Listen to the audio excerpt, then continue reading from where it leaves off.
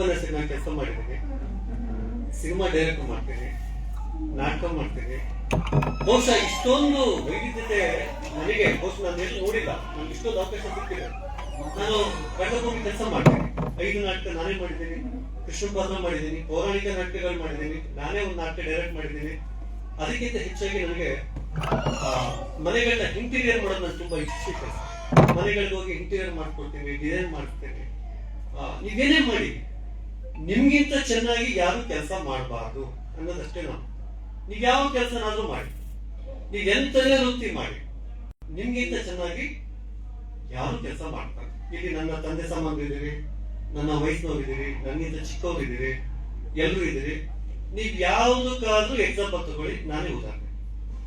ಜೀವನದಲ್ಲಿ ಸೋತಿದ್ದೀರಾ, ನನಗಿಂತ ಸೋಲಕ್ಕೆ ಸಾಧ್ಯನೇ ಇಲ್ಲ. ಸಾಲ ಮಾಡ್ಕೊಂಡಿದ್ದೀರಾ, ನನ್ನಷ್ಟು ಸಾಲ ಮಾಡ್ಕೊಳ್ಳಕ್ಕೆ ಸಾಧ್ಯನೇ ಇಲ್ಲ. ನೀವೇನಕ್ಕಾದ್ರೂ ತಗೊಳ್ಳಿ. ನಾನು 12 ವರ್ಷಕ್ಕೆ ಈಗ ಹೆಲ್ತ್ ಅಪ್ಸೆಟ್ ಆಗ್ತೀನಿ, ನಾನು ಅಸ್ಮಾ ಪೇಷಂಟ್ ಆಗ್ತೀನಿ. 12 ವರ್ಷಕ್ಕೆ ಅಸ್ಮಾ ಪೇಷಂಟ್ ಆಗ್ತೀನಿ. ಒಂದಷ್ಟು ವರ್ಷ ಅದರಲ್ಲಿ ಕಳ್ತೀನಿ, ಗೆದ್ದು ಬರ್ತೀನಿ, ಸಾಲ ಮಾಡ್ಕೋತೀನಿ, ಪುನಃ ಹಿಂದೆ ಬರ್ತೀನಿ, ಕೆಲಸದಿಂದ ತೆಗೆದು ಬಿಡ್ತಾರೆ, ಕಮ್ ಬ್ಯಾಕ್ ಮಾಡ್ತೀನಿ.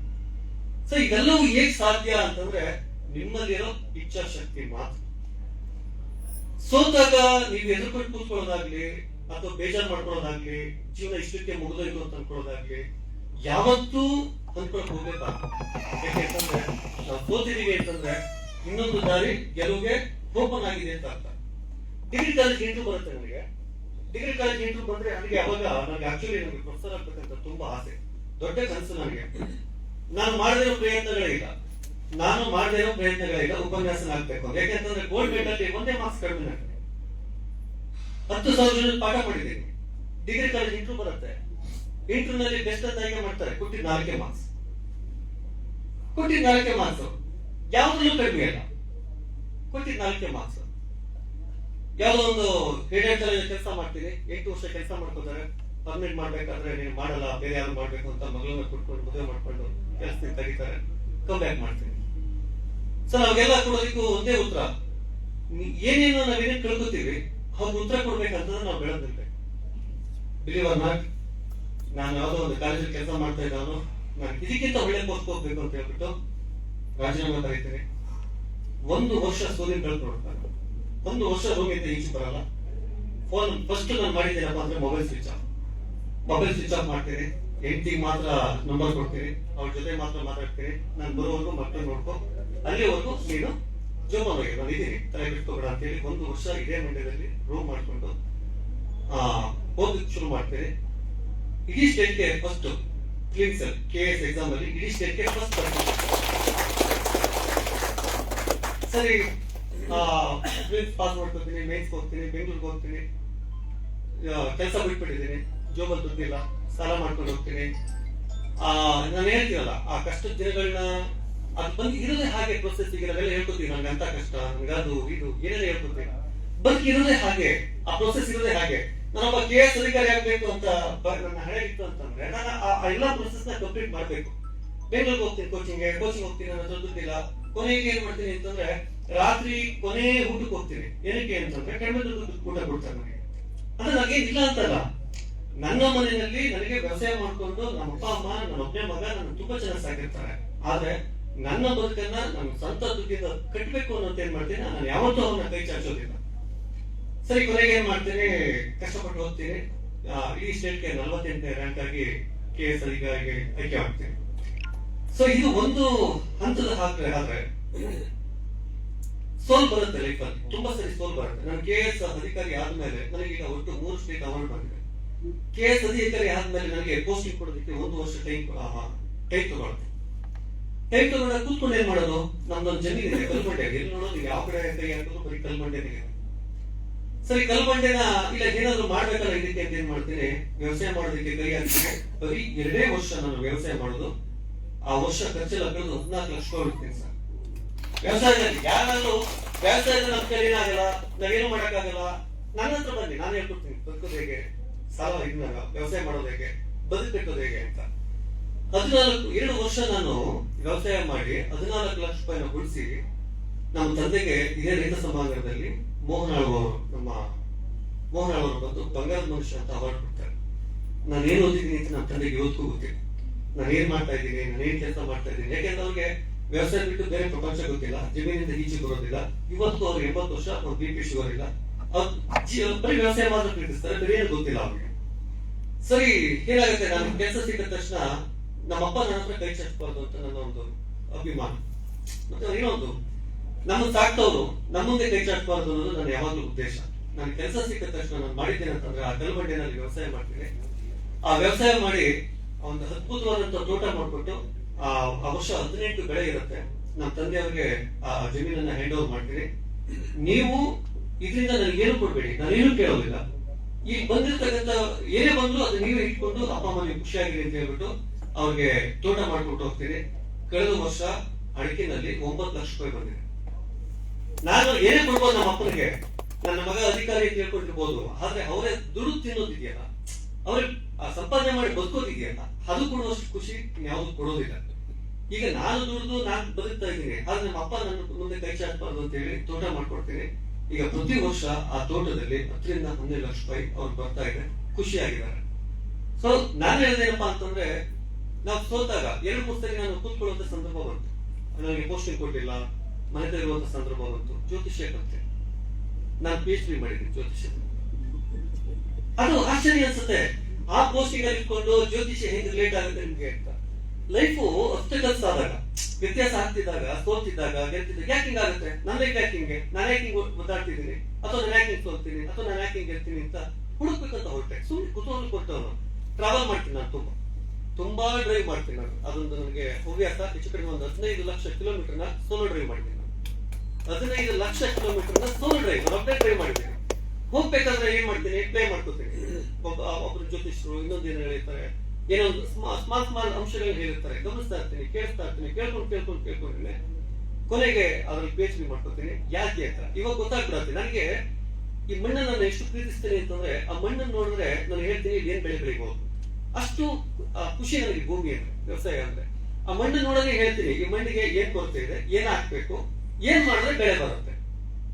ಇದನ್ನ ಕಣ್ಣ ನೋಡ ಅಷ್ಟು ಆ ಮಣ್ಣಿನ ಒಡನಾಟ ಇದೆ. ನಾನು ಕೂಡ ಬೆಳಗ್ಗೆ ಏರ್ ಕಟ್ಕೊಂಡು ಉಳ್ತಿದ್ದಾನೆ. ಏರ್ ಕಟ್ಕೊಂಡು 4 ಗಂಟೆಗೆ ಎದ್ದೋಗ್ಬಿಟ್ಟು ಬೆಳಗಾಗ್ಲಿಂದ ಕೈಕೊಂಡು ಕೂತ್ಕೊಂಡು 5 ಗಂಟೆ ಮೇಲೆ ಏಕೆ ದನಗಳ ಕಾಲಿಗೆ ನೇಗ್ಲು ಕೊಟ್ಬಿಡ್ತೀನಿ ಅಂದ್ಬಿಟ್ಟು 5:30 ಆಗಿಂದ ಕೈಕೊಂಡು ಉತ್ಬಿಟ್ಟು 10 ಗಂಟೆಗೆಲ್ಲ ಮನೆಗೆ ವಾಪಸ್ ಬಂದ್ಬಿಡ್ತಾ ಇದ್ದೆ. ಪ್ರತಿ ವ್ಯವಸಾಯ ಮಾಡ್ತಾ ಇರ್ಬೇಕಾದ್ರೆ ಪ್ರತಿ ಗಿಡಗಳನ್ನ ಹೋಗಿ ಮಾತಾಡ್ತಿದ್ದೆ, ಅದ್ರ ಜೊತೆ ಕಾಲ ಕಳೀತಾ ಇದ್ದೆ. ಸೊ ನಾನು ಏನ್ ಹೇಳಕ್ ಹೊರಟಿದ್ದೀನಿ ಅಂತಂದ್ರೆ, ನೀವ್ ಯಾವುದೇ ವೃತ್ತಿ ಮಾಡಿ ಅದನ್ನ ನೀವು ಗಮನ ಇಟ್ಟು ಮಾಡಿದ್ರೆ, ಮನಸ್ಸಿಟ್ಟು ಮಾಡಿದ್ರೆ ಯಾವುದೂ ಅಸಾಧ್ಯ ಅಲ್ಲ. ಈಗ 12 ವೃತ್ತಿ ಬಿಟ್ಟು ನಾನು ಒಂದೊಂದು ವೃತ್ತಿನ ಚೇಂಜ್ ಮಾಡ್ಕೊಂಡು ಇನ್ನೊಂದು ವೃತ್ತಿಗೆ ಹೋದಾಗ್ಲೂ ಕೂಡ ಅದೇ ಸಕ್ಸಸ್ ಅನ್ನ ಪಡಿತೀನಿ ಅಂದ್ರೆ ಹೇಗ್ ಸಾಧ್ಯ? Because of dedication. ನೀವೆಷ್ಟು ಇನ್ವಾಲ್ವ್ ಆಗ್ತೀರಾ, ಎಷ್ಟು ಶ್ರಮ ಪಡ್ತೀರಾ, ಎಷ್ಟು ನೀವು ಅದಕ್ಕೆ ನಿಮ್ಮ ಸಕ್ಸಸ್ ನೀವೆಷ್ಟು ಕಷ್ಟ ಪಡ್ತೀರಾ ಅದ್ರ ಮೇಲೆ ನಿಂತಿರುತ್ತೆ. ನೀವು 50% ಪಟ್ರೆ 50% ಸಕ್ಸಸ್ ಸಿಗುತ್ತೆ, 80% ಪಟ್ರೆ 80% ಸಿಗುತ್ತೆ, 100% ಪಟ್ರೆ 100% ಸಿಕ್ಕೇ ಸಿಗುತ್ತೆ. ನಾವ್ ಯಾವಾಗ್ಲೂ ಫಲಿತಾಂಶದ ಬಗ್ಗೆ ಯೋಚನೆ ಮಾಡಬಾರ್ದು, ಕೆಲಸದ ಬಗ್ಗೆ ಮಾತ್ರ ಯೋಚನೆ ಮಾಡಬೇಕು. ಇವತ್ತು ನನಗೆ ಯಾವ ಬ್ಯಾಕ್ ಗ್ರೌಂಡ್ ಇಲ್ಲ. ಈಗ ಒಬ್ಬ IAS ಆಫೀಸರ್ ಅಥವಾ KS ಆಫೀಸರ್ ಅಂತಂದ್ರೆ ಯಾರೊಬ್ರು ಟ್ರಾನ್ಸ್ಫರ್ ಗಳಿಗೆ ಸಪೋರ್ಟಿವ್ ಆಗಿ ಬಂದೇ ಬರ್ತಾರೆ. ನನಗೆ ಇವರು ಯಾವ ರಾಜಕಾರಣಿ ಹತ್ರ ನಾನು ಹೋಗ್ಬಿಟ್ಟು ನನಗೆ ಪೋಸ್ಟಿಂಗ್ ಕೊಡಿ ಅಂತ ನಾನು ಯಾವತ್ತೂ ಕೇಳಿಲ್ಲ. ಇವತ್ತು ನಾನು ಇದುವರೆಗೂ ಕರ್ಕೊಂಡು ಹೋಗಿರೋದಿಲ್ಲ ನನ್ನ ಕೆಲಸದ ಮೇಲೆ. ನಾನು ಕನಕಪುರಕ್ಕೆ ಹೋಗ್ತೀನಿ. ಕನಕಪುರಕ್ಕೆ ಹೋಗ್ಬೇಕಾದ್ರೆ ನಾನು ಕೆಲಸ ಮಾಡ್ತಾ ಇರ್ಬೇಕಾದ್ರೆ ಅಲ್ಲಿ ಟ್ರೈಬಲ್ಸ್ ಇರ್ತಾರೆ, ಶಿವನಹಳ್ಳಿ ಕಡೆ ಎಲ್ಲ ಟ್ರೈಬಲ್ಸ್ ಇರ್ತಾರೆ. ಭೂಮಿ ಕೊಡುವಂತ ಸಂದರ್ಭ ಬರುತ್ತೆ. ಅವರೆಲ್ಲ ಬೆಳಿಗ್ಗೆ ಹೆಸರು ಮಾಡ್ಕೊಂಡು ಹೋಗ್ಬಿಟ್ಟು ಸಂಜೆ ವಾಪಸ್ ಬರ್ತಾರೆ. ಅವ್ರ ಹತ್ರ ಆಧಾರ್ ಕಾರ್ಡ್ ಅವೆಲ್ಲ ಕಲೆಕ್ಷನ್ ಮಾಡ್ಬೇಕಾಗತ್ತೆ. ನಾವು ಹೋಗ್ತಿದ್ದೆ ರಾತ್ರಿ 7 ಗಂಟೆಗೆ. ಸಂಜೆ ಹೋಗಿ ಅವ್ರ ಮನೆಗೆ ಹೋಗಿ ಕೂತ್ಕೊಂಡು ಅವ್ರ ಹತ್ರ ಡಾಕ್ಯುಮೆಂಟ್ಸ್ ಎಲ್ಲ ಕಲೆಕ್ಟ್ ಮಾಡ್ಕೊಂಡು ಬಂದು 1200 ಕುಟುಂಬಕ್ಕೆ ತಲಾ 2 ಎಕರೆಗೆ ಜಮೀನನ್ನ ಅವ್ರಿಗೆ ಗ್ರಾಂಟ್ ಮಾಡೋದಕ್ಕೆ ವ್ಯವಸ್ಥೆ ಮಾಡ್ತೀವಿ. ಇದನ್ನ ನೋಡಿದಂತ DK ಶಿವಕುಮಾರ್ ಅವರು, ನೀನ್ಯಾಕೆ ಈ ಕೆಲಸ ಮಾಡ್ತಾ ಇದೀಯ, ನೀನ್ಯಾಕೆ ಈ ಕೆಲಸ ಮಾಡ್ತೀವಿ, ಇಷ್ಟೊಂದು ಆಕ್ಟಿವ್ ಆಗಿರ್ಬೇಕಾದ್ರೆ, ಇಷ್ಟೊಂದು ಡೆಡಿಕೇಟೆಡ್ ಆಗಿ ಕೆಲಸ ಮಾಡ್ಬೇಕಾದ್ರೆ ಬಾ ನನ್ನ ಜೊತೆ ಅಂತ ಕರ್ಕೊಂಡೋಗಿ 4 ವರ್ಷ ಜೊತೆ ಕೆಲಸ ಮಾಡ್ತೀವಿ. 4 ವರ್ಷ ಕೆಲಸ ಮಾಡ್ತಾ ಇರ್ಬೇಕಾದ್ರೆ ನಮ್ಮ ಕುಮಾರಸ್ವಾಮಿ ಅವರು CM ಆಗ್ತಾರೆ. ಒಳ್ಳೆ ತಹಶೀಲ್ದಾರ್ ಬೇಕು ನಮ್ಗೆ. ಸರ್ ಯಾರು? ಯೋಗರನ್ನ ಹಾಕೊಳ್ಕೊಳ್ಳಿ ಸರ್, ಚೆನ್ನಾಗಿ ಕೆಲಸ ಮಾಡ್ತಾರೆ.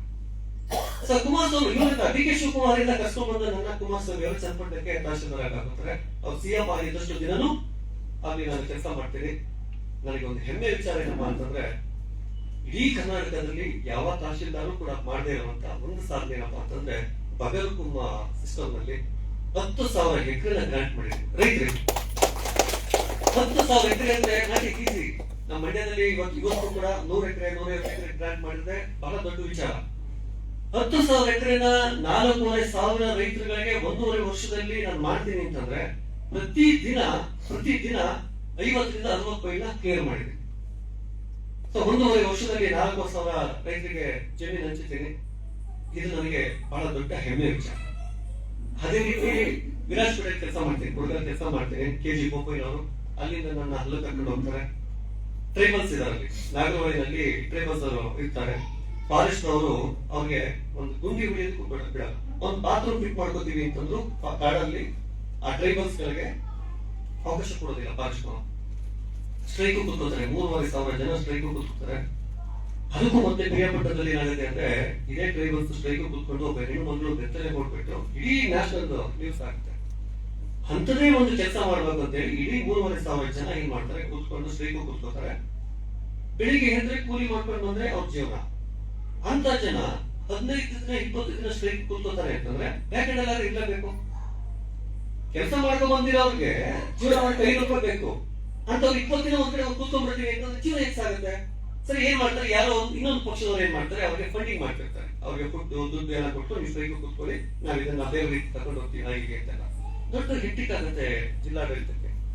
DC ಬರ್ತಾರೆ, SP ಬರ್ತಾರೆ, ಏನ್ ಮಾಡಿದ್ರು ಅವ್ರು ಕನ್ವಿನ್ಸ್ ಆಗ್ತಿಲ್ಲ, ಏನ್ ಮಾಡಿದ್ರು ಹೋಗ್ತಿಲ್ಲ. ಫಾರೆಸ್ಟ್ ನವರದ್ದು ಟೆನ್ಷನ್ ಕೂತ್ಕೊಂಡ್ಬಿಡ್ತಾರೆ. ಸರಿ, ಮೀಟಿಂಗ್ ಕರೀತಾರೆ DC ಅವರು, ಇಲ್ಲ ಇದು ವಿಕೋ ಬುಕ್ ಹೋಗ್ತಿದೆ, ಏನ್ ಮಾಡುದು, ಗಿವ್ ಮಿ ಒನ್ ಚಾನ್ಸ್ ಕೊಡು. ನಮ್ಗೆ DC ಸೋನಲ್ ಅಂತಿದ್ರು, ಗಿವ್ ಮಿ ಒನ್ ಚಾನ್ಸ್, ನನ್ಗೊಂದು ಚಾನ್ಸ್ ಕೊಡಿ.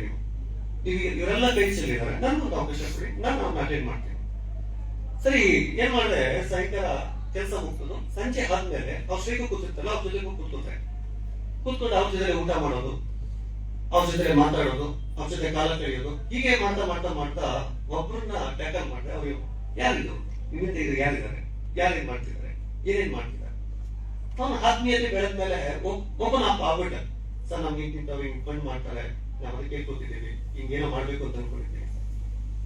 ಇಮಿಡಿಯೇಟ್ ಆಗಿ ಬೆಳಿಗ್ಗೆ ಎದ್ದು 6 ಗಂಟೆಗೆ ಹೋಗ್ಬಿಟ್ಟು ಯಾರು ಫಂಡಿಂಗ್ ಮಾಡ್ತಾ ಇದ್ರು ಅವ್ರ ಮನೆ ಬಾಗಿಲು ನಿಂತಿದ್ವಿ. ಅವ್ರ ಮನೆ ಬಾಗಿಲು ಹೋಗಿ ನಿಂತ್ಕೊಂಡೆ, ಬನ್ನಿ ನನ್ನ ಜೊತೆ. ಅವ್ರ ಡಿಮ್ಯಾಂಡ್ಸ್ ಏನು, ಅವ್ರು ನಮ್ಗೆ ಭೂಮಿ ಕೊಡ್ತಿಲ್ಲ ಅನ್ನೋದು ಅಷ್ಟೇ ಡಿಮ್ಯಾಂಡ್ಸ್. ನೀವು ಅವ್ರಿಗೆ ಸಪೋರ್ಟ್ ಮಾಡ್ತಾ ಇದ್ದೀರಾ, ನಾನ್ ಕೊಡ್ತೀನಿ ಭೂಮಿ ಅವರಿಗೆ, ಬಂದು ನೀವು ಅವ್ರಿಗೆ ಹೇಳ್ಬೇಕು. ತಹಶೀಲ್ದಾರ್ ಒಪ್ಕೊಂಡಿದ್ದಾರೆ, ಭೂಮಿ ಕೊಡ್ತಾರೆ ಅಂತ. ಕೊನೆಗೆ ಅವ್ರೇನ್ ಮಾಡಿದ್ರು ಅಂತಂದ್ರೆ ರೈಟಿಂಗ್ ಅಲ್ಲಿ ಬೇಕು ಅಂತ. ನೀವು ಬರೀ ನಿಮ್ಮ ಮಾತಿಗೆಲ್ಲ ಅಧಿಕಾರಿಗಳೆಲ್ಲ ನೀವೆಲ್ಲ ಕೆಲಸ ಮಾಡಲ್ಲ, ನಮ್ಗೆ ರೈಟಿಂಗ್ ಅಲ್ಲಿ ಬರ್ಕೊಡಿ. ಸರಿ, ಬರೆದು ಸೈನ್ ಹಾಕೊಟ್ಟೆ. ನಾನು ಅವ್ರನ್ನ ಕೂತಿರೋದು ಮಾರ್ಚ್ 2ನೇ ತಾರೀಕು ಸ್ಟ್ರೈಕ್ಗೆ ಕೂತಿದ್ದೀನಿ, ನನಗೆ 2 ತಿಂಗಳು ಟೈಮ್ ಕೊಡಿ, ಬೇಡ 3 ತಿಂಗಳು, ನಾನು ಮೇ 30 ನಿಮ್ಗೆ RTC ಕೊಡ್ತೀನಿ ಅಂತ ಹೇಳ್ಬಿಟ್ಟು ಅವ್ರನ್ನ ಎಬ್ಬಿಸ್ಕೊಂಡು ಬಂದು ಏಪ್ರಿಲ್ 30 ಅವ್ರಿಗೆ RTC ಮಾಡ್ಕೊಟ್ಟೆ. 3,400 ಎಕರೆ 1000 ಕುಟುಂಬ ಇವತ್ತು ಹೆಣ್ಮಕ್ಳಲ್ಲಿ ಮನೆ ಕಟ್ಕೊಂಡು. ಯಾಕೆಂತಂದ್ರೆ ಫಾರೆಸ್ಟ್ ಅವ್ರಿಗೆ ನನ್ನೊಂದೇ ಬೇಡಿಕೆ, ನೀವೇನಾದ್ರೂ ಮಾಡಿ, ಈಗ ನಿಮ್ಮಲ್ಲಿ ಹೆಣ್ಮಕ್ಳಿದ್ದಾರೆ, ನಿಮ್ಮಲ್ಲಿ ಹೆಣ್ಮಕ್ಳುಗಳಿಗೆ ಬಾತ್ರೂಮ್ ಬೇಕು, ಸೌಲಭ್ಯಗಳು ಬೇಕು, ನೀವು ಮಾತ್ರ ಮರ್ಯಾದೆ. ಅಲ್ಲಿ ಫಾರೆಸ್ಟ್ ಅಲ್ಲಿ ಇರೋ ಜೀವ ಅಲ್ವಾಗಾದ್ರೆ ಹೆಣ್ಮಕ್ಳಿಗೆ ಜೀವನ ಮಾಡಬೇಕಲ್ವಾ, ಅವ್ರಿಗೆ ಮರ್ಯಾದೆ ಉಳಿಯೋದಲ್ವಾ. ನಿಮ್ದೇ ಗಾರ್ಡ್ಗಳು ಅವ್ರಿಗೆ ತೊಂದರೆ ಕೊಡ್ತಾರೆ, ಅವ್ರನ್ನು ವಾಚ್ ಮಾಡ್ತಾರೆ, ಅವ್ರಿಗೆ ಟಾರ್ಚರ್ ಕೊಡ್ತಾರೆ. ನೀವು ಮಾತ್ರ ಚೆನ್ನಾಗಿರ್ಬೇಕು, ಅವ್ರು ಚೆನ್ನಾಗಿರ್ಬಾರ್ದ, ನಾನು ಮಾಡ್ತೀನಿ, ಅದೇನ್ ಮಾಡ್ತೀರಾ ನೋಡ್ಕೊತೀನಿ ಅಂತ ಹೇಳ್ಬಿಟ್ಟು ಗ್ರಾಂಟ್ ಮಾಡ್ಬಿಟ್ಟು ಈಗೆಲ್ಲ ನಮ್ಗೆಲ್ಲ ಏನಾಗುತ್ತೆ ಅಂದ್ರೆ ಇವೆಲ್ಲ ನಮ್ಗೆ ಇನ್ಸ್ಪೈರ್ಗಳು ಕೆಲಸಗಳು. ಇಂಥ ಕೆಲಸಗಳು ನಮ್ಗೆ ಇನ್ನೊಂದು ಎಕ್ಸಾಂಪಲ್ ಹೇಳ್ಬಿಡ್ತೀನಿ, ಜಾಸ್ತಿ ಮಾತಾಡಲ್ಲ, ಮಾತಾಡಿ ಸಾಕಾಗಿ ಅಂತ ಹೇಳ್ಬಿಟ್ಟಿದ್ದೀನಿ. ಆಗ್ಲೇ ಜಾಸ್ತಿ ಮಾತಾಡಲ್ಲ, ಇನ್ನೊಂದು ಎಕ್ಸಾಂಪಲ್ ಹೇಳ್ಬಿಡ್ತೀನಿ ನಿಮ್ಗೆ. ಸರ್, ಕನಕಪುರದ ಹತ್ರ ಬಂದರ್ಘಟ್ಟ ಅಟ್ಯಾಚ್ ಅಲ್ಲಿ 1972 ಇಂದಿರಾ ಗಾಂಧಿ ಅವರು FTPK ಜನಾಂಗದವ್ರಿಗೆ 350 ಎಕರೆ ಗ್ರಾಂಟ್ ಮಾಡ್ತಾರೆ ಸರ್. 1972 2018ವರೆಗೂ FTPK ಜನಾಂಗದವ್ರನ್ನ ಆ ಜಾಗಕ್ಕೆ ಬರೋದಕ್ಕೆ ಬಿಟ್ಟಿಲ್ಲ ರಿಯಲ್ ಎಸ್ಟೇಟ್ ನವರು. ಇವತ್ತು ಅಲ್ಲಿ 1 ಎಕರೆ 5 ಕೋಟಿ ಇದೆ. ಬಂದರ್ಘಟ್ಟ ಅಟ್ಯಾಚ್ ಅಲ್ಲಿ 1 ಎಕರೆ 5 ಕೋಟಿ ಇದೆ. ರಿಯಲ್ ಎಸ್ಟೇಟ್ ನವರು ಅವ್ರನ್ನ ಬರಕ್ ಬಿಟ್ಟಿಲ್ಲ. ಯಾಕಂದ್ರೆ FTPK ನವ್ರಿಗೆ ಎಜುಕೇಶನ್ ಇಲ್ಲ, ಒಂದ್ ಕಡೆ ನೆಲೆನೂ ಇಲ್ಲಲ್ಲ. ಅವ್ರು ಮೂವಿಗೆ ಆಗ್ತಿರ್ತಾರೆ, ಎಲ್ಲ 50,000 1 ಲಕ್ಷ ಕೊಟ್ಬಿಟ್ಟು ಏನ್ ಮಾಡ್ತಿದ್ದಾರೆ, ಅವ್ರನ್ನ ಇಬ್ಬಸ್ಬಿಟ್ಟು ಏನ್ ಮಾಡಿದ್ದಾರೆ, ಅವ್ರಿಗೆ ಏನೇನ್ ಕೊಡ್ಬೇಕು ಅಂತ ಅನ್ಕೊಂಡಿತ್ತು ಸರ್ಕಾರ, ಅಂತ ಜಾಗದಲ್ಲಿ ಇರೋರ್ನ ಪೊಸಿಷನ್ ತಗೊಂಡು ಇವ್ರು ಕೂತಿದ್ದಾರೆ. ಸೊ ಇವೆಲ್ಲ ಎಲ್ಲೆಲ್ಲ ಹಂಚೋಗಿದ್ದಾರೆ. ಅವ್ರ ಹೆಸರುಗಳೇ ಚಂದ. 5 ದಿನ ಅವ್ರನ್ನ ಇಂಟ್ರೂ ಮಾಡೋಷ್ಟ್ರಲ್ಲಿ ಹೊಟ್ಟೆ ತೋರ್ಸೋಯ್ತು ಅವ್ರಿಗೆ. ನಮಗೆ ಏಕೆ ಅಂತಂದ್ರೆ ಅವ್ರು ಸ್ನಾನ ಮಾಡಲ್ಲ, ಬೆಳಿಗ್ಗೆ ಡ್ರಿಂಕ್ಸ್ ಮಾಡ್ತಾರೆ, ಪಾಲ್ಬಾರ್ಗ್ ಹಾಕೋತಾರೆ. ನನ್ನ ತಾಲೂಕ್ ಆಫೀಸು 5 ದಿನದಲ್ಲಿ ಎಲ್ಲ ಕ್ಲೀನ್ ಆಗೋಗಿತ್ತು.